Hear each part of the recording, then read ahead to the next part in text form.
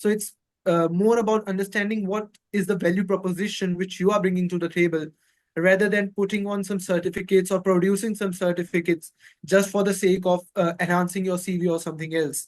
See, I know it's a lot of time pressure on the students that they want to differentiate themselves from the crowd. But instead of differentiating themselves, they just went to go too far and try to put a spotlight on themselves that there's something fishy.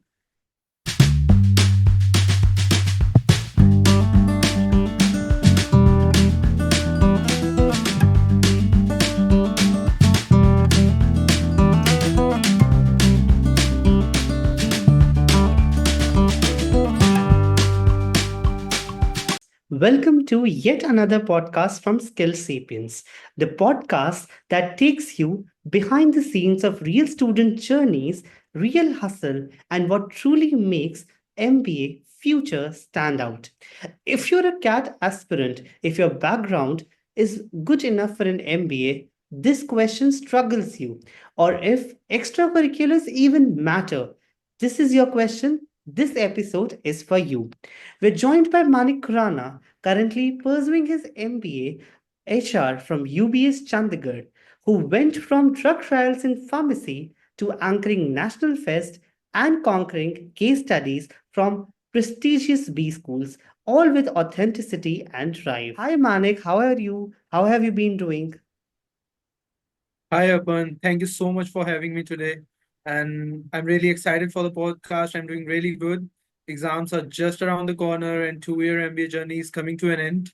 And it's a bit of a nostalgic time, but the 2 years journey has been quite good, and I'm quite eager to share it with the people. Yes, yes, yes. Even this podcast is very important for all the viewers because a lot of viewers are really wanted to see a B pharmacy student having made to a top B school as you. So, Manik, you are a B Pharm graduate from the IIT University with a very decent percentage. So, many CAT aspirants believe that MBAs are just for engineering students or commerce students. So, what is your response to them? Uh, Particularly for my viewers, I would like to tell that anyone can do an MBA until and unless they possess a graduation. And this is a particular myth within the society because I see a lot of the times, a lot of the good MBAs that who are doing very good at their field and at the top of the field doesn't come from the engineering or commerce background. They are from bachelors of arts, they're from bachelors of pharmacies, and and many more. It is not about the graduation degree, it's all about the person and the caliber and the gist which they bring to the table. See, MBA is about being dynamic and being adamant onto what you want to achieve within the future and what you want to achieve for your corporation or what you want to add as a good work to your tomorrow or career path. So that's a total myth that it's for engineers or commerce people. Anyone with the right mindset who have got ambitions and who wanted to make a difference into the world by putting their best out within the corporate environment can be an MBA. That's a great answer. Thank you for such an amazing start. So, a strong CAT score opens the door, but it's your clarity and story that matters in interviews. So, how did you prepare this transformation from pharmacy to now doing an MBHR? Particularly when I was in my third year of graduation, I didn't had any plans for a MBA. I always thought that I'm going to go towards the next stage of doing my MPharm in pharmacy and later on PhD particularly. But throughout my time, I was handling much of the major roles within the clubs and societies of my graduation college. There was this society known as Debating Society, where we used to organize national debate competitions and many other things. And there was this literacy club, which is known as Klikrati Litrati. And I was in the advisory role of both of them. And there I came upon looking at the task of managing teams, interacting with people, putting out their best and putting out my best input to bring out the best within the college fest and all.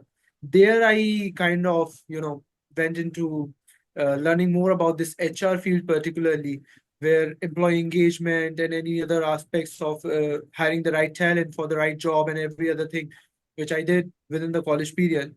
And I got an gist and an interest that I have a knack for this thing and I wanted to dive deeper into it.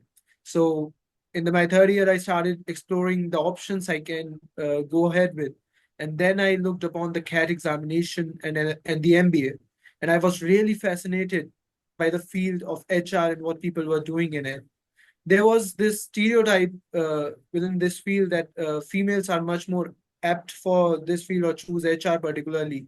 And I wanted to explore that why is it so, or is it so actually?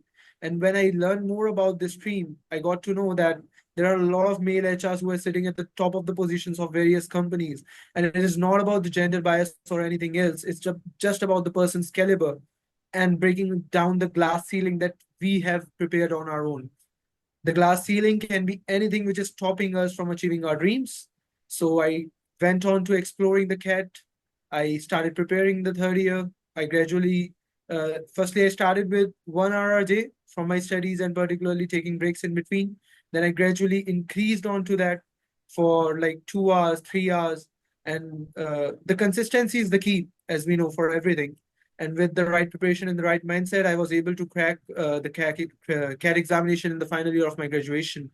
And later on, the thing which a lot of coaching institute and other people, by the way, I didn't took any coaching for this, tend to teach people is that they have to act in a certain way. They have to show this particular thing to them.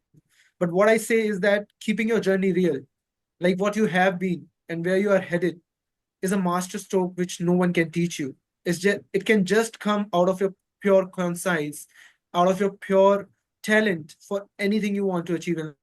So for me, particularly when I came to the interview room for the UBS admissions, and there were a lot of questions they asked me about from the general knowledge and other things.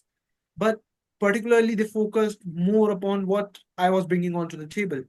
And a lot of the times people are like, I want to be an entrepreneur, I want to do this, I want to do that. They don't want that yapping. What they want is that your real response with a learning mindset. So I was able to show them that whatever I am into, I'm ready to bring a student a learning mindset to it. And I can definitely make a difference. And that's, I think, is the thing which helped me divert my attention from being a B.Pharm and being into the labs and doing the drug trials all the times to putting out my best version of explaining what I can bring to the table. And that is purely enthusiasm and hard work. Thank you so much for beautifully sharing this journey. This explanation would prove fruitful to all the people who are from different fields and are opting for an MBA. You actually explained pretty well how did you opt for, like how your interviews went and how should one avoid yapping. So thank you so much for this answer. So when it comes to Manik Khurana's profile, that is your profile, it actually says that extracurriculars aren't optional, they are your differentiator. So let's bust this myth. The only academics matter in B school selections. You've anchored a lot of fest and organized a lot of national level events in and led clubs and societies in both your UG and your PG college, that is UBS Chandigarh. So how do these things matter when it comes to GDPI in different B schools? Particularly, I think if someone is seeking these extracurriculars and anything else as an addition to their CV or to their profile, they must think it above and beyond the academics or the piece of paper certificates they have got. It is more about adding to the value of you or yourselves as a product to a B school. Like, see, within this business world, it is a very good saying that we are all just products of out of our B schools for the companies to choose from. And for before taking admission into the B school, we are the products for B school as well that they want to choose from. Because you can take in the best student and put the best version out within the market. You can groom them in the right way. But you can take in a flaunter and you will ruin the reputation of the B school and that person's future as well. So it's more about inculcating the particular values, learning from those things which you have worked towards within your graduation time, within your post graduation time. It doesn't matter if it's a particular per se anchoring. That was my pursuit because I enjoyed the curriculars in that way. But it can be anything. Like if you like playing basketball, if you like doing some sports, you can portray anything. You can talk about anything which makes you you. So it's more about understanding what is the value proposition which you are bringing to the table rather than putting on some certificates or producing some certificates just for the sake of enhancing your CV or something else. See, I know it's a lot of time pressure on the students that they want to differentiate themselves from the crowd. But instead of differentiating themselves, they just go too far and try to put a spotlight on themselves that there's something fishy. So it's more about understanding what you are bringing to the table, and it doesn't always have to be that you are doing good in public speaking, or you are doing good in certain sports.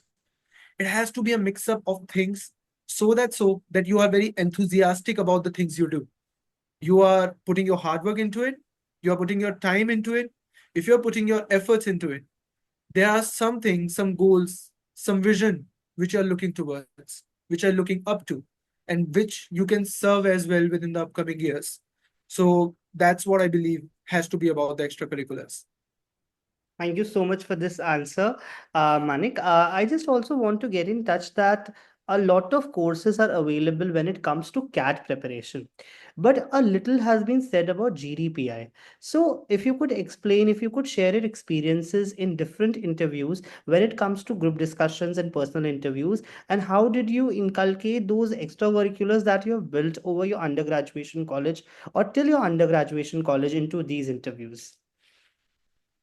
Indeed.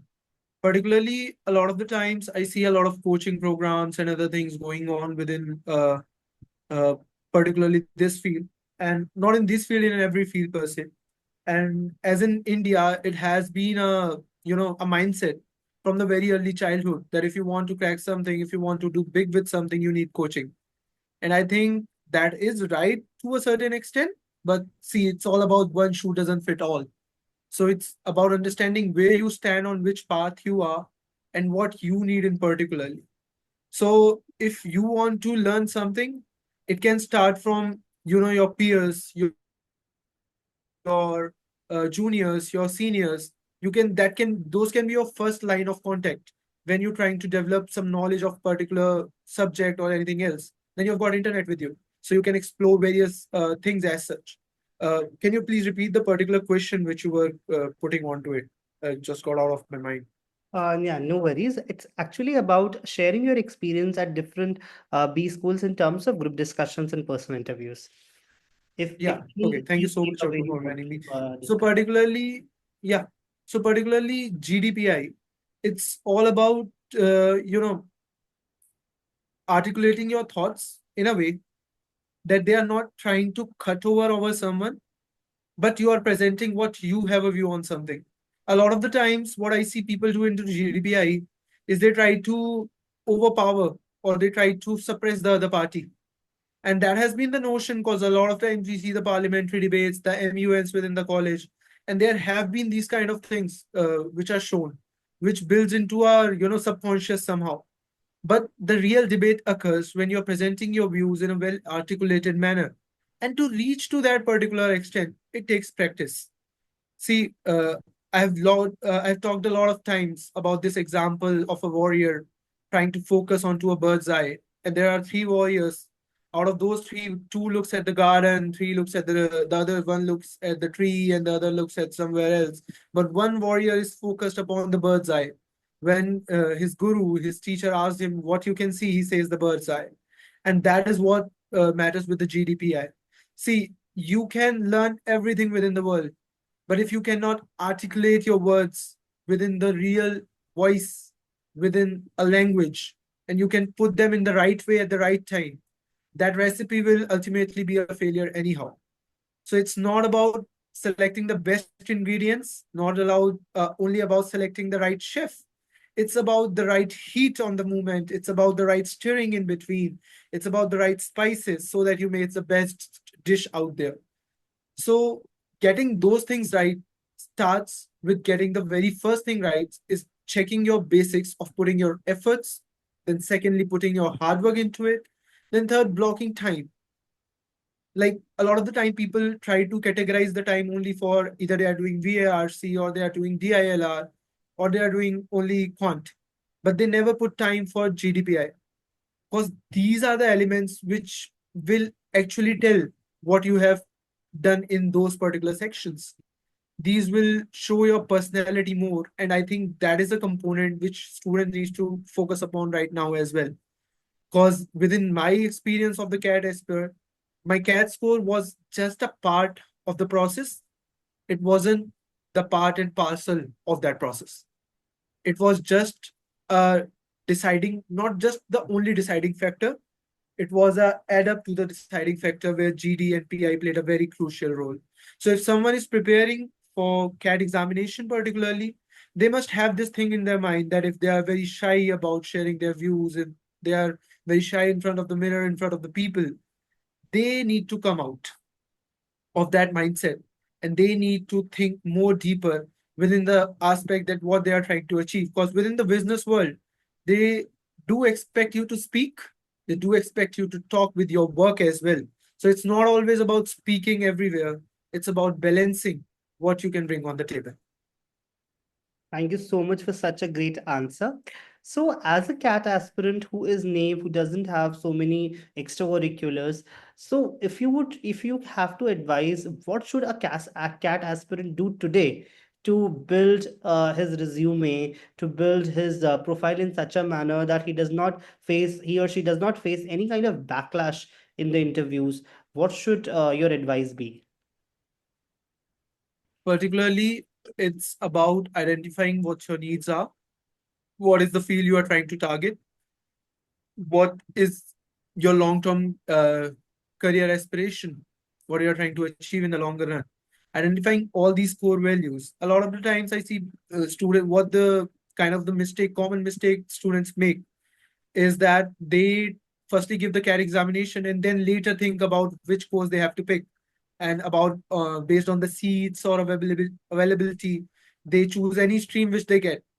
Sometimes for the name tag of a college, or sometimes just because they wanted to look cool at that particular moment.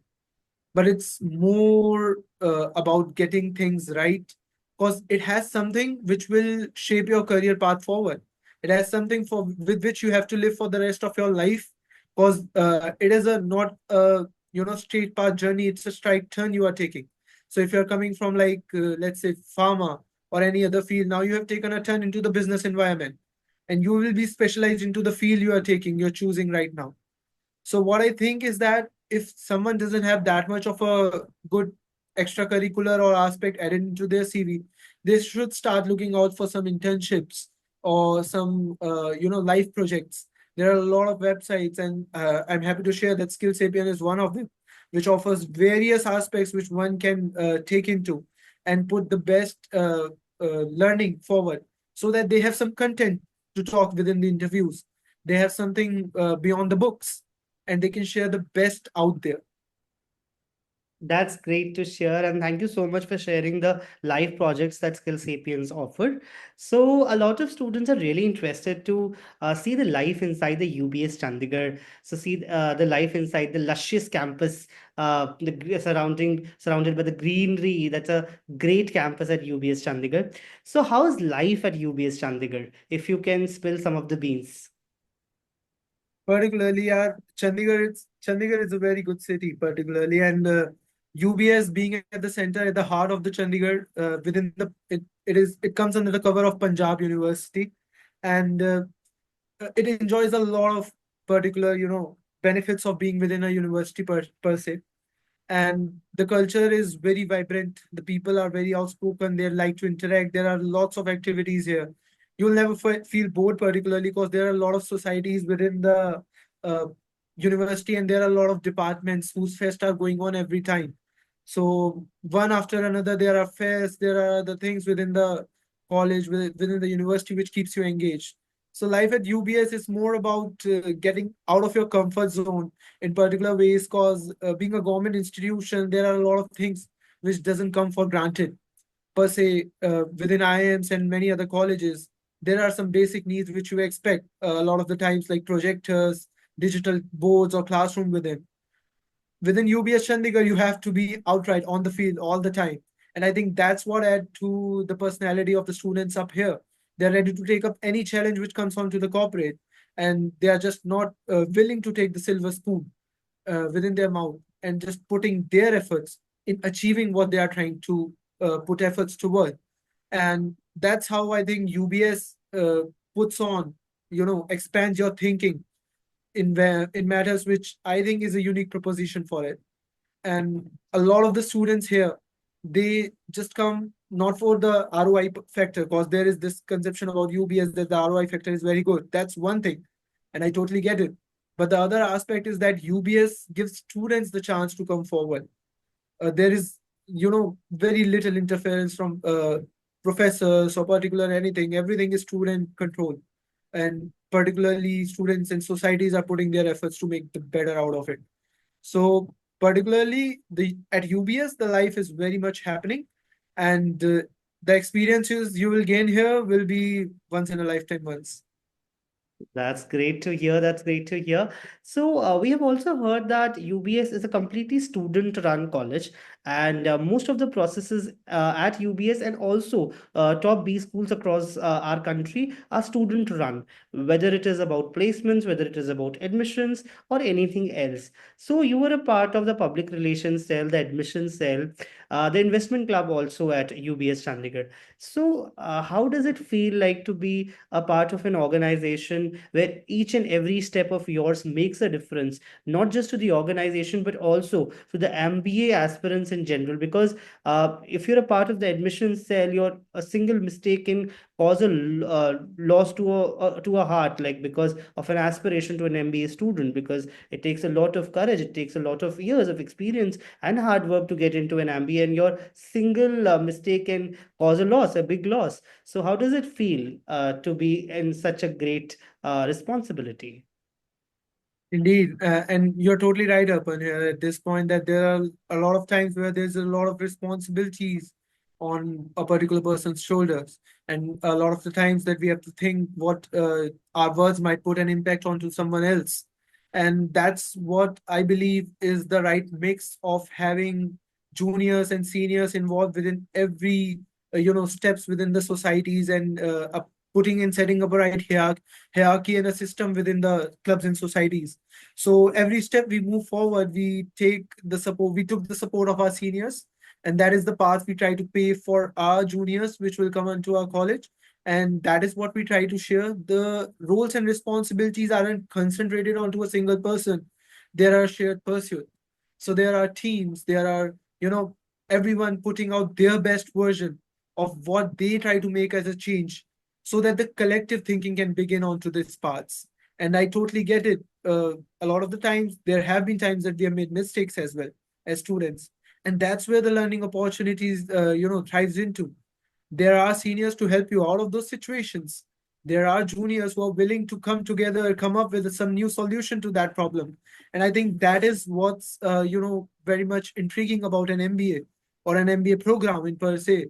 That your graduation degree might be one focused more on your academic or more on to something your research perspective or anything else.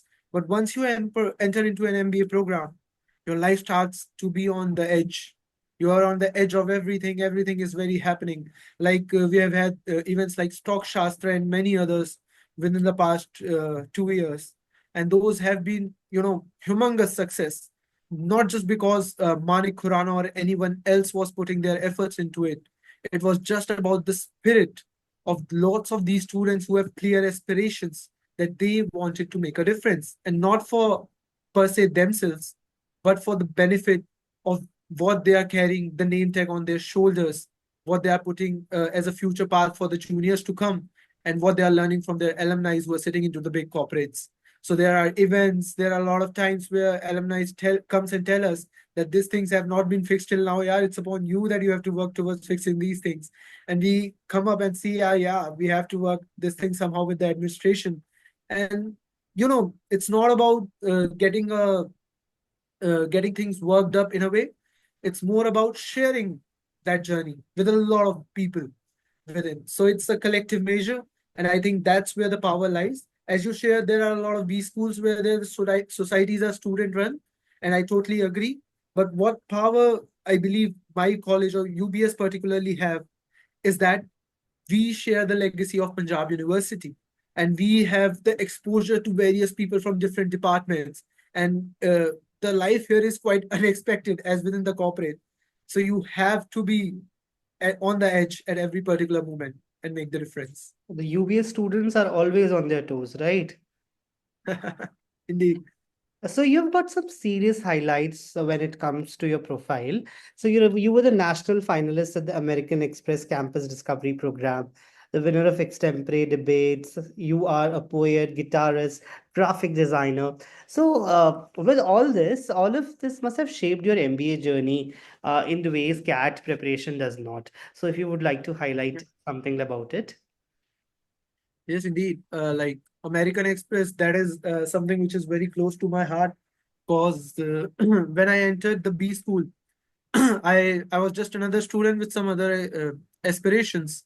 I wanted to achieve the big in the world, and Amex was the first company which came to our campus, and there was these seven heavens which I can kind of saw within that company because they had their blue box values, they have a name within the business environment and all. And that was my first exposure to the corporate world. So I gave my best into it. I wanted to achieve the best particularly, and I wanted to get placed with that company. And it wasn't a breeze per se. I reached to the finals twice, but couldn't make it into the final round. But the learning experience was so great that it's not about achieving something, it's more about the journey. And the journey here has been that if you are adamant on achieving something, if you have, not adamant on your thinking, but adamant on your goals, then you can definitely achieve the better aspect of life. And that is what I believe in doing everything and anything which I do. And that is what I believe my mantra is.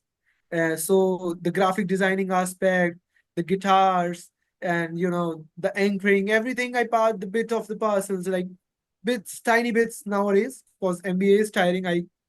I won't disagree on that one, but I do tend to get a little bit of time for each and every hobby somehow. Because corporate is not about putting your things in a way that it aligns with the value of a particular business. It's about bringing you there. So what you can bring in as a spice to a dish. And that is what I believe and what I want to share with the students around and who are looking for the MBA. That a lot of the time during our MBA journeys, we get lost into the gist of pleasing the things which we think the corporate wants, but not putting the things we think the corporate needs as an add-on. So if you are a guitarist, corporate has to has that thing as an add-on. I know I was talking to one of my senior, and he shared with me how they like he had a hobby of playing badminton, and how throughout his whole interview there wasn't a single question related to any other task within the corporate, but just the badminton thing. Was his manager also like playing badminton? And there was this question, and it was a trick question that what is the weight of a shuttle? And that person said, "Yeah, I don't know, sir. I just like playing badminton." And even the boss and the person taking the interview was like, "Yeah, even I don't know the way. I just like playing badminton." And that is what the difference, because those people are also human beings and they are doing something just to try to create, a better business practice, a better product, improving the lives of the people. And that is what you can do when you come into the corporate. And nowadays, what I see with the Gen Z, our generation, there has been a lot of shift where people are very much aware of the timings they are working, very much aware of, the packages they want.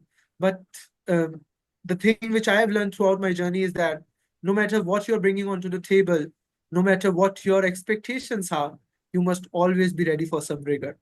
Because without rigor, you cannot come out as a gold. And to become a gold, you have to first go through through the coal mine, and you have to work hard. And corporate is just like that. And it doesn't mean that you have to lose your skills. So anyone who's looking into the MBA journey, I say just bring everything you are as an add-on to it, rather than pleasing the mindset which you think the corporate possess. Because there is no one corporate, no one person as a corporate. There's no one person who makes a B school. It's you. It's people like you and me who puts in their hobbies, who puts in their hard work. And that's how we get this. That's great to hear. Although you've answered this question, but we would also like to have a quick answer to this question also. If a CAT aspirant is listening right now, because most of our viewers are the CAT aspirants or the incoming MBA students, that if an CAT aspirant is tired of mocks, doubting themselves, then what would you say to them? Per se, I think everyone doubts themselves at some point of time, and that is totally okay. You have every right to doubt yourself, but now you have every right to not doubt yourself as well. Because if you are considerate enough to think of yourself as a doubtful figure, you should be considerate enough to think of yourself as not to doubt as a figure. Because a lot of the times through life, you might have thought that there are things which you cannot achieve and you might not have achieved. But there is not one shoe which fits all. And this might be the right shoe which you are putting your feet into. So keep going, just keep trying, just keep putting your best into it. And I think this is the most generic advice which one can give to you. But I think it is very much needed is that be consistent, because consistency will yield results which I'd say dreaming about something will not. So it's about get on the field, get going, get acting, and think about the aspirations you have with your future. And think about your future swells, which you'll pat onto the back of and thank so that the journey brought you there. So be adamant onto it, whatever you are doing. Thank you so much, Manik, for sharing these thoughts. You just mentioned it so beautifully about your transformation, about how different backgrounds people can get into an MBA, and how extracurriculars are not just a side hustle, they're just a superpower. From pharmacy to management case studies, your journey is a blueprint for so many students wondering, can I make it? To all the listeners, whether you're chasing that 99 percentile or trying to write a better SOP, keep learning, keep leading, and keep building the person that you're proud to present. This is Skill Sapiens podcast. Until next time. Thank you so much, Manik, for joining our podcast and helping our viewers just making sure that they are on the right track. Thank you so much for lending your time. And thank you Thank so you so much, much. viewers, for attending this podcast. I just wish that we would connect with another great leader like Manik again, and maybe we would have some time of Manik again to hear some of these guitar lessons that Manik would be able to present to us. Thank you so much. Definitely. Definitely. It's a pleasure to be here. Thank you so much. Thank you so much for having me.